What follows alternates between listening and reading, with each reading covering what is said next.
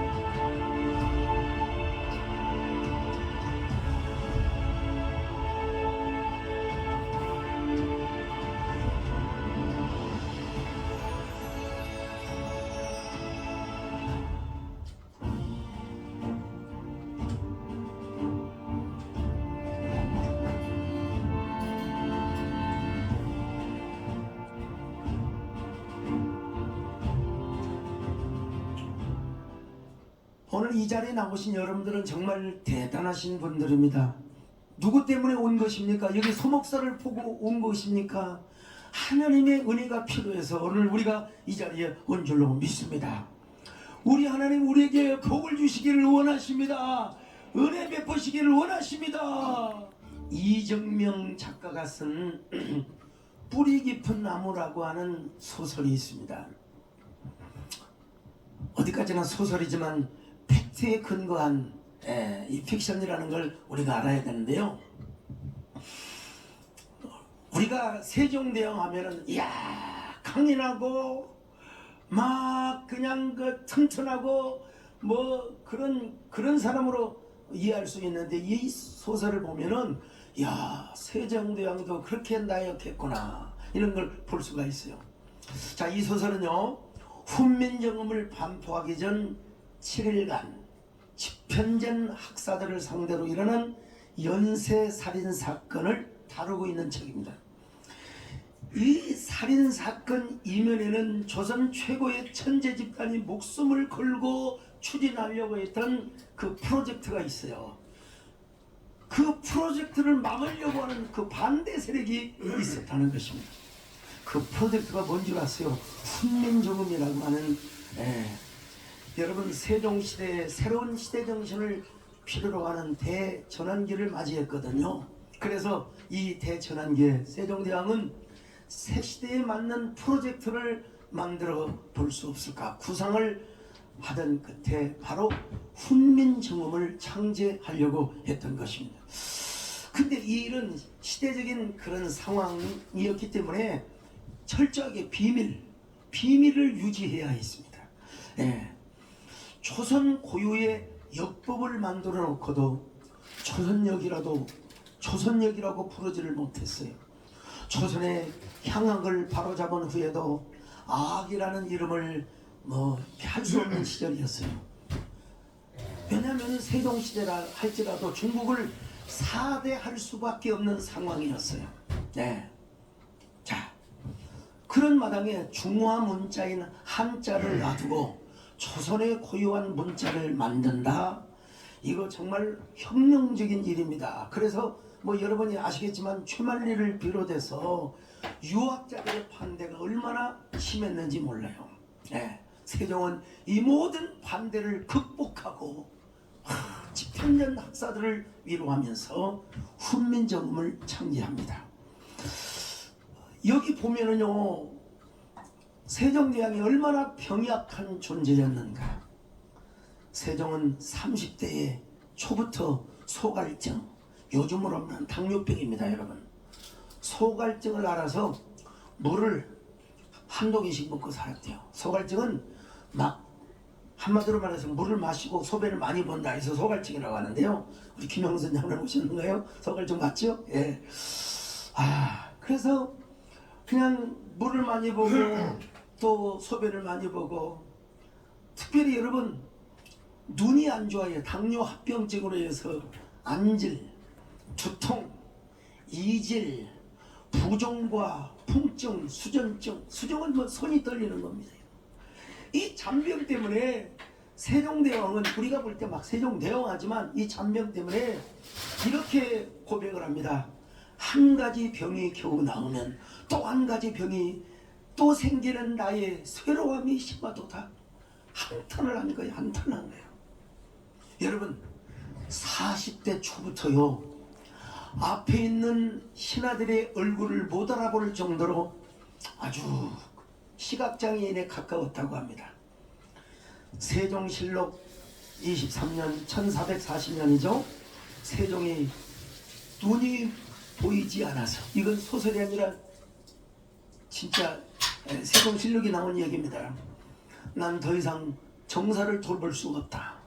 세자에게 왕위를 내가 전이하겠다는 기록이 나옵니다. 이때 신하들이 울면서 만류를 합니다. 전하, 아니되옵니다. 전하, 불감을 윤호하여 주옵소서. 세종은 그 후에도 서너 차례 도위에서 물러나겠다. 이유는 딱 하나예요. 눈이 보이잖아. 눈이 침침해서 보이잖아. 우리가 알기로 세종대왕은 막 지혜롭고 늠름하고 강인한 체력을 가지고 있다, 그렇게 상상할 수 있잖아요. 근데도 그렇게 연약한 병약한 몸인데도 불구하고 고통스럽고 열악한 상황 속에서 백성들의 안위를 위하여 조선에 꽃을 피워냈다는 그런 대왕이죠. 세종은 좋은 책은 100번이나 읽었대요. 머릿속에 거의 암기할 정도로 100번 읽었대요. 그리고 세계 최고의 문자, 여러분 영어보다도 더 복잡한 똑같은 발음이지만 의미가 전혀 다른 우리 한글이 있잖아요. 세계 최고의 문자. 누구는 그렇다고 하잖아요. 카나다 사람들이 나라를 세우는데 와서 세종대왕에게 물어봤대요. 그래서 가나다라 이라. 그래서 가나다라는 말이 나왔다. 이거 완전히 좋고요. 사군 육진을 개척하고 과학과 음악을 발전시켰어요.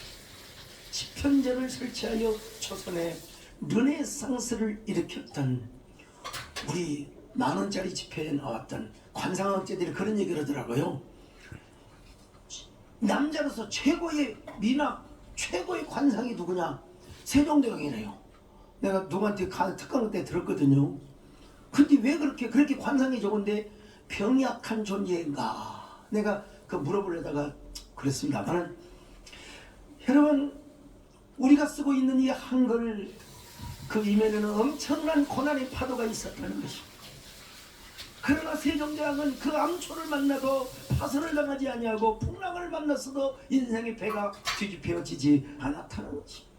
어떤 사람은요, 똑같은 사건을 만나도 유리조각처럼 팍 깨져버리는 사람이 있는가 하면은 어려움을 만날수록 꽁처럼 막 그냥 펑펑 뛰어 떠올라가지고 여러분 자신의 사명을 잘 감당하는 사람을 볼 수가 있습니다. 여러분 똑같은 시련을 만나도 어떤 사람은 팽인이 되고 어떤 사람은 꽃을 피웁니다. 세종대왕은 엄청난 환란을 당하였지만, 오늘 좀 신사임당에게는 좀 유감이긴 하지만 여러분 5만원짜리 나오기 전에 만원짜리 집회가 최고였어요. 최고였어요. 어떻게 그렇게 훌륭한 왕이 되었을까? 그에게는 끝없는 도전정신, 긍정의 언어가 있었다는 것입니다. 내가 어떻게 하면 이 민족을 위하여 선한 정치를 할 것인가? 나의 사랑, 나의 민족이여. 여러분 이런 도전과 긍정 언어가 있었다는 것입니다. 참 아쉬운 것은 당신은 복음이 전해지지 않아서 세종대왕이 우리가 믿는 예수님을 모르긴 하셨지. 그럼에도 불구하고 우리가 배워야 될 것은 뭐냐? 바로 도전정신과 긍정 언어가 그에게 있었다는 것입니다. 창세기 1장 2절에 보니까 이 땅이 혼돈하고 공허하다고 그랬어요. 그래서 우리 하나님은 사람을 지으시고 뭐라고 명령하셨어요?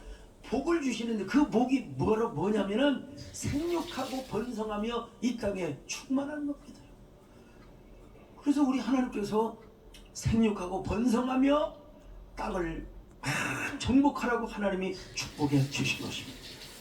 그런데 죄송한 이야기지만 아담과 하와가 선악과를 따먹고 여러분 하나님과 결별을 해버렸지 않습니까?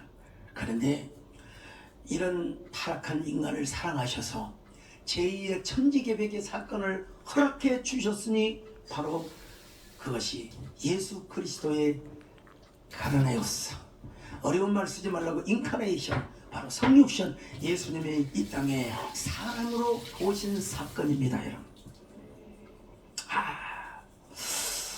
여러분 분명히 그분이 육신의 옷을 입긴 입었지만 그분 안에는 모든 하나님의 신성과 거룩함이 가득 차인, 근데 그분이 오셔서 그냥 살다가 구름 타시고 올라가시면 얼마나 좋을려.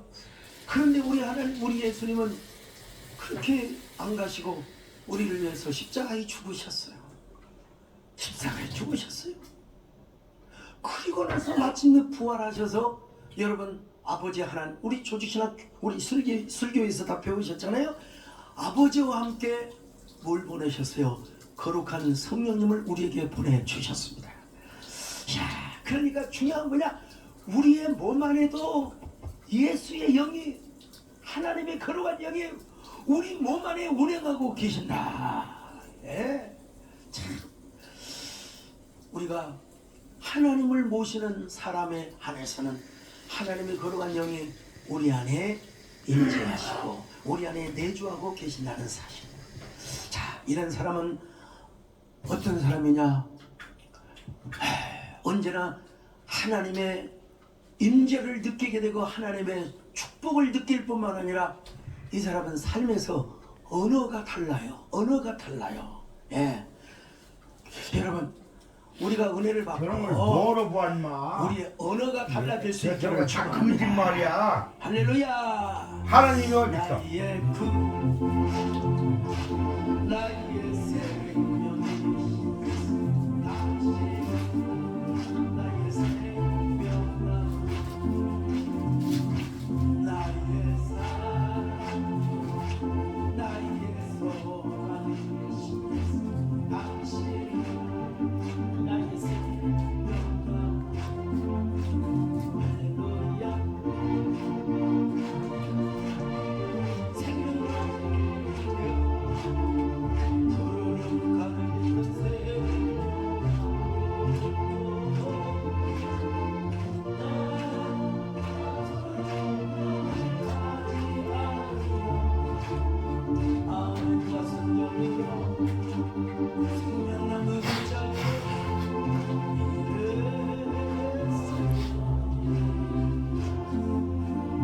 오늘 본문의 요시아가 그렇게 쓰임을 받았다는 것입니다. 요시아는 도대체 어떤 사람인가? 자, 역대하 34장 1절 건너뜁니다. 못 따라오시네. 역대하, 자, 같이 읽습니다. 시작. 요시아가 왕위에 오를 때에 나이가 8세라 예루살렘에서 31년 동안 다스리며. 여러분, 8살은 초등학교 입학하는 나이예요. 그는 8살 때부터 하나님을 잘 섬기고 싶었어요. 내가 어떻게 하면 하나님을 잘 섬길 것일까? 그래서 먼저 무엇부터 하려고 했느냐? 성전 수리부터 하려고. 성전 수리. 우리 교회도 예배당 지은 지가 거의 다 20년 되어 가니까 이제 땜빵하는 곳이 많습니다, 여러분. 유지 보수하고 이런 돈이 제법 들어갑니다.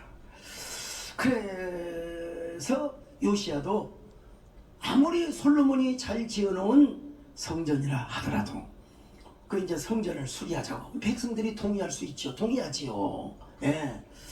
그런데 요시아는 성전을 수리하기 전에 무엇부터 회파하느냐? 우상부터 때려부수기 시작한 거예요. 자, 역대하 34장 3절로 7절 같이 보십니다. 시작. 아직도 어렸을 때 곧 왕위에 있은 지 8년에 그의 조상 다윗의 하나님을 비로소 찾고 제12년에 유다와 예루살렘을 비로소 정결하게 하여 그 산당들과 아세라 목상들과 아로 새긴 우상들과 부어 만든 우상들을 제거하여 버리매 무리가 왕 앞에서 바알의 제단들을 헐었으며 왕이 또 그 제단 위에 높이 달린 태양상들을 찍고 자, 전부 다 이름 박살내버렸다는 거예요, 여러분. 물론 8살에 왕이 되었지만 진짜 하나님을 만난 사건은 16살입니다. 16살. 16살이면 사춘기 시절 아닙니까? 방황하는 나이입니다. 아니 어떻게 해서 하나님을 만나고 종교개혁을 일으켰단 말입니까? 이거는 진짜 하나님의 은혜죠. 특별히 여러분 성전 내부를 수리하는 중에 율법서 한 권을 발견했습니다. 자, 역대하 34장 14절로 15절을 봅니다. 시작. 무리가 여호와의 전에 헌금한 돈을 꺼낼 때에 제사장 힐기야가 모세가 전한 여호와의 율법책을 발견하고 힐기야가 서기관 사반에게 말하여 이르되 내가 여호와의 전에서 율법책을 발견하였노라 하고 힐기야가 그 책을 사반에게 주매. 이 율법서가 뭐 성경에 신명기라 그렇게 쓰여진 것은 발견하지는 못했지만 주로 전통 그 학자들에 의하면 구약 학자들에 의하면 이거는 바로 신명기라 이렇게 이구동성으로 이야기를 합니다. 요시야가 이 신명기 말씀을 사반이 쫙 서기관 사반이 읽어 주니까 막 요시야가 막 엉엉 우는 거야. 막 눈물을 막 펑펑펑 막 쏟는 거예요. 아, 우리가 하나님을 몰랐구나. 우리가 하나님을 너무나 멀리했구나. 우리 열조는 하나님을 너무나 형식적으로 섬겼고 하나님의 마음을 기분 나쁘게 했구나. 그러면서 왕이 막 뭐라고 하느냐? 율법의 말씀을 듣자 자기 옷을 찢는 거예요. 자, 18절로 19절 같이 봅니다. 시작. 서기관 사반이 또 왕에게 아뢰어 이르되 제사장 힐기야가 내게 책을 주더이다 하고 사반이 왕 앞에서 그것을 읽음에 왕이 율법의 말씀을 듣자 곧 자기 옷을 찢더라. 자기 옷을 찢었어요. 그러면서 뭐라고 말합니까? 하나님, 나는 이제 하나님이 기뻐하시는 길을 가겠습니다. 우리 하나님이 정말로 역사하시는 그 길을 우리가 따라 마음을 다하고 성품을 다하고 힘을 다하여 하나님을 섬기겠습니다. 그래서 요시야 왕은 힐기야 대제사장을 비롯해서 몇 명을 훌다라는 여선지자에게 보냈습니다. 이 훌다라는 여자가 예루살렘의 제2구역을 담당하고 있었던 여선지자였는데 왜 그런지는 몰라도 굉장히 그 여자가 영향력이 컸던 것 같아요. 자, 질문 형식으로 가서 그 여선지자에게 물어봅니다. 자, 역대하 34장 21절 22절 시작. 너희는 가서 나와 및 이스라엘과 유다의 남은 자들을 위하여 이 발견한 책의 말씀에 대하여 여호와께 물으라. 우리 조상들이 여호와의 말씀을 지키지 아니하고 이 책에 기록된 모든 것을 준행하지 아니하였으므로 여호와께서 우리에게 쏟으신 진노가 크도다 하니라. 이에 힐기야와 왕이 보낸 사람들이여 여선지자 훌다에게로 나아가니 그는 하스라의 손자 도카스의 아들로서 예복을 관리하는 살룸의 아내라. 예루살렘 둘째 구역에 살았더라. 그들이 그에게 이 뜻을 전하매. 하여간 예루살렘의 둘째 구역에서 살면서 예복을 관리하였던 샬롬의 아내이자 여선지자요. 그러니까 굉장히 많이 사람이 따랐던 것 같아요. 영향력이 제법 컸던 것 같아요. 그래서 대제사장을 비롯하여 몇 명의 그 문무백관들을 보내서 물어봤어요. 우리가 이렇게 우상을 타파하고 또 성전을 수리하고 종교개혁을 하려고 하는데 선지자님께서는 어떤 생각을 가지십니까? 이렇게 조심스럽게 물어봤어요. 그랬더니 요약을 하면 이 여선지자가 뭐라고 이야기하느냐? 가서 전하시오. 하나님이 함께 하실 것입니다. 예루살렘은 절대로 망하지 않을 것입니다. 요시야 왕이 살아있을 때 결코 심판당하지 않을 것입니다. 걱정하지 말라고 하십시오. 열제의 품으로 돌아가서 편히 쉬게 될 것입니다. 자, 이게 이제 역대하 34장 23절로 28절까지 나와 있는데 적어놓고 가시고 여러분 집에 가서 읽으시기 바랍니다. 하여튼 영향력이 꽤 있었으니까 요시아가 이 여자에게 가서 조심스럽게 의논을 했던 거지요.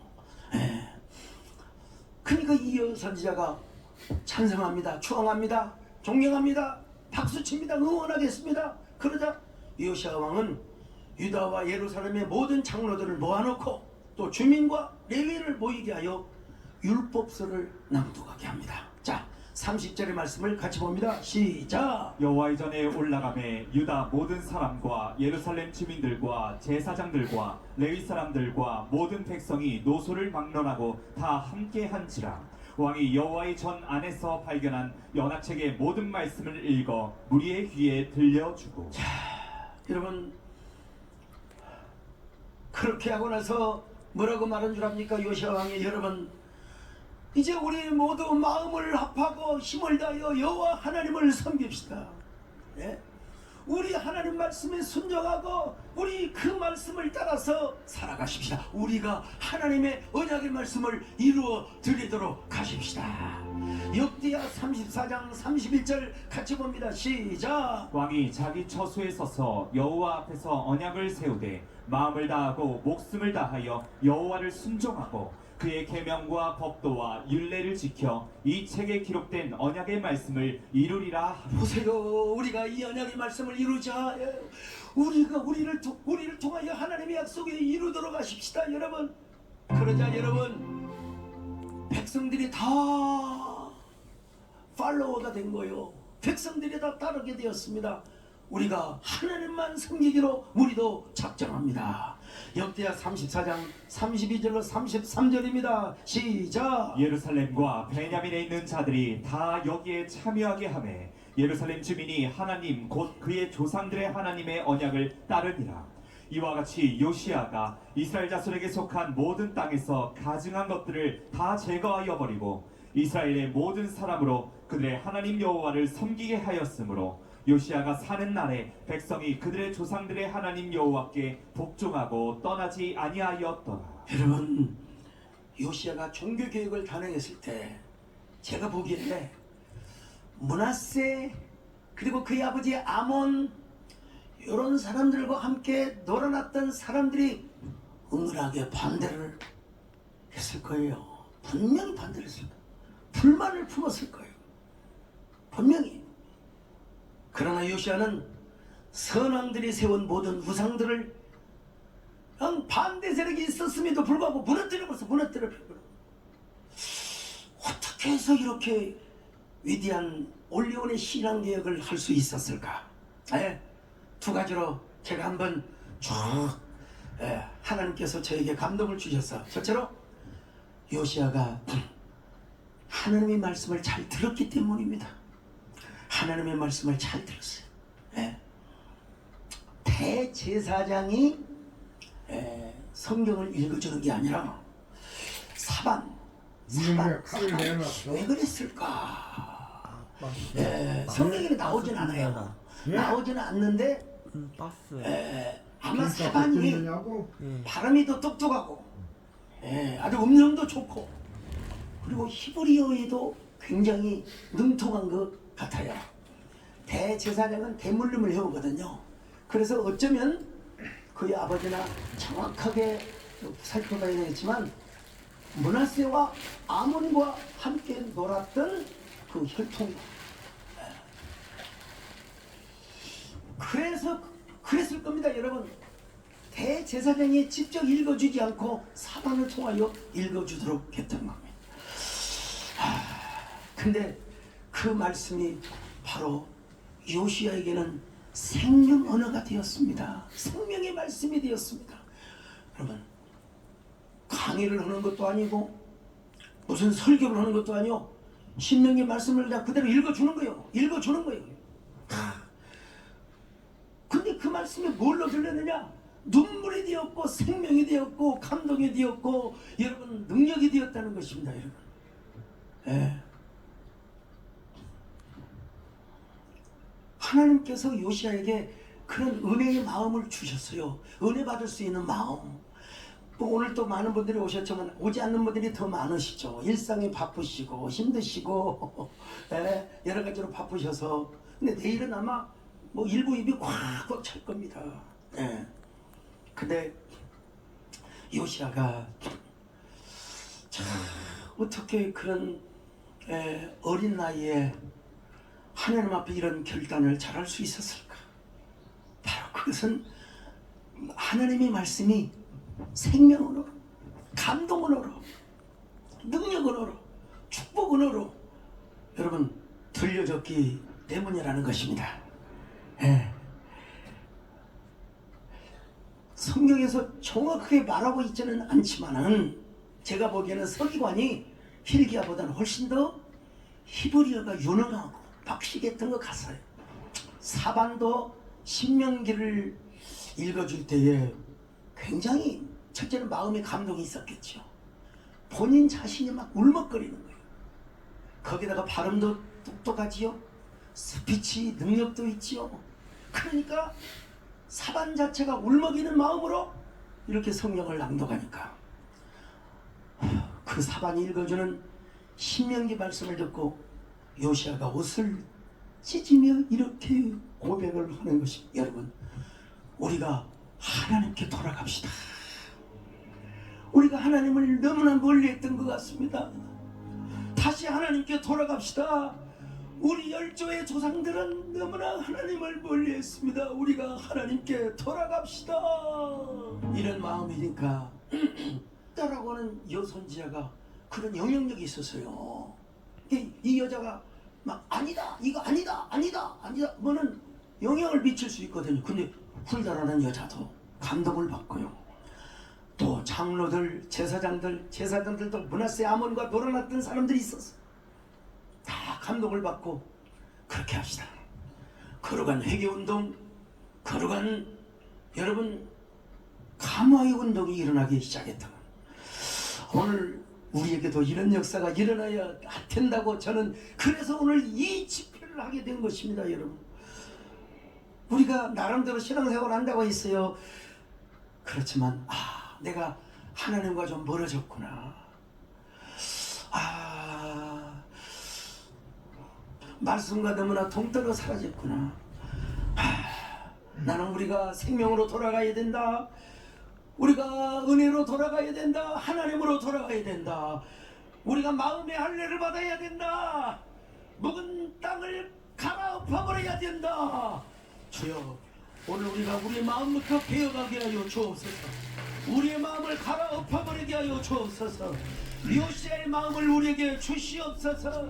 주여 하나님을 사모하게 하여 주옵시고 하나님 말씀을 묵상하며 하나님이 기뻐하시는 일을 하게 하여 주시옵소서. 내 주가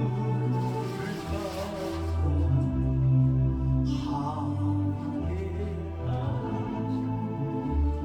십자가 같은 곳에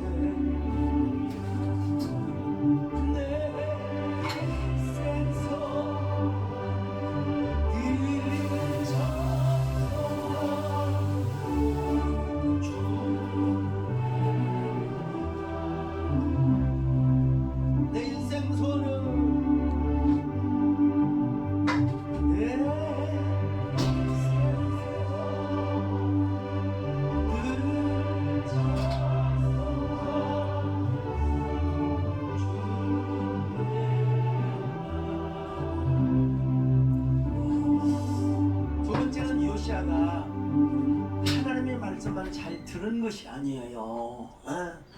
잘 들은 것이 아니라 이제는 성령의 감동이 담겨있는 생명의 언어를 백성들에게 전했습니다. 형식적으로 전하는 게 아니라 감동된 마음으로, 감화가 넘치는 마음으로.